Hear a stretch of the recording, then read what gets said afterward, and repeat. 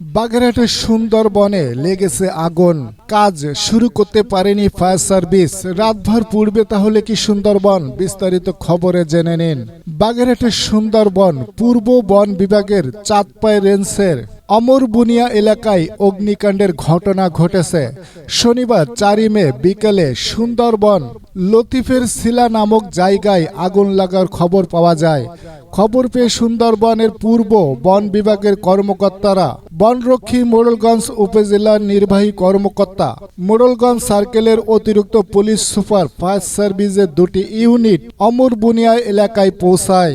তবে সন্দেহ হয়ে যাওয়ায় ফায়ার সার্ভিসের কর্মীরা ফায়ার ফাইটিং মেশিন ও যন্ত্রপাতি নিয়ে ঘটনাস্থলে পৌঁছাতে পারেনি। আগুন নেভানোর কাজ শুরু করতেও পারেনি। আগামীকাল সকালে আগুন নেভানোর কাজ শুরু করবে ফায়ার সার্ভিস। ফলে রাতভর পূর্বে সুন্দরবন। ঘটনাস্থল থেকে ফেরা বনরক্ষী ও স্থানীয়রা জানায়, অমরবুনিয়া এলাকায় লতিফের সিলায় অনেক জায়গা জুড়ে আগুন লেগেছে। সুন্দরবনের মাটির উপরে থাকা বিভিন্ন গাছের পাতার স্তরের মধ্যে আগুন জ্বলছে। 50টি জায়গায় আগুন জ্বলছে। প্রায় 1.5 কিলোমিটার জুড়েই আগুন জ্বলছে। পরবর্তী আপডেট খবর পাওয়ার জন্য সঙ্গে থাকুন। আল্লাহ হাফেজ।